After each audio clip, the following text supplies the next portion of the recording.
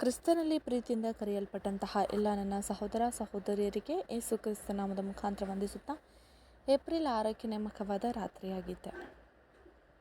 ಆದರೆ ಕರ್ತನನ್ನು ನಿರೀಕ್ಷಿಸುವವರೋ ಹೊಸ ಬಲವನ್ನು ಹೊಂದುವರು.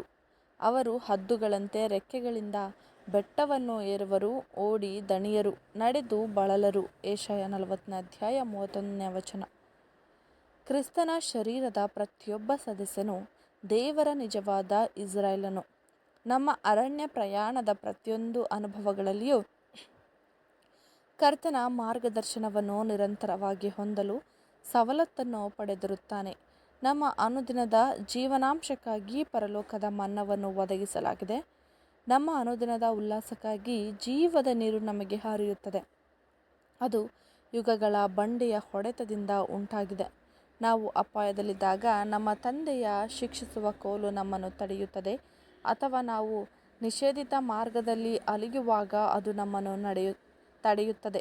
ಎಷ್ಟು ಪ್ರೀತಿಯಿಂದ ಆತನು ನಮ್ಮನ್ನು ಸರಿಯಾದ ಮಾರ್ಗದಲ್ಲಿ ನಡೆಸುತ್ತಾನೆ ಹಾಗೂ ನಾವು ಎಡವುವುದರಿಂದ ಕಾಪಾಡುತ್ತಾನೆ ಮತ್ತು ಬಲಹೀನತೆಗಳನ್ನು ಗುಣಪಡಿಸುತ್ತಾನೆ. ಖಂಡಿತವಾಗಿಯೂ ನಮ್ಮ ಪರಲೋಕದ ಮಾರ್ಗದರ್ಶಿಯಲ್ಲಿ ವಿಶ್ವಾಸವಿರಬೇಕು.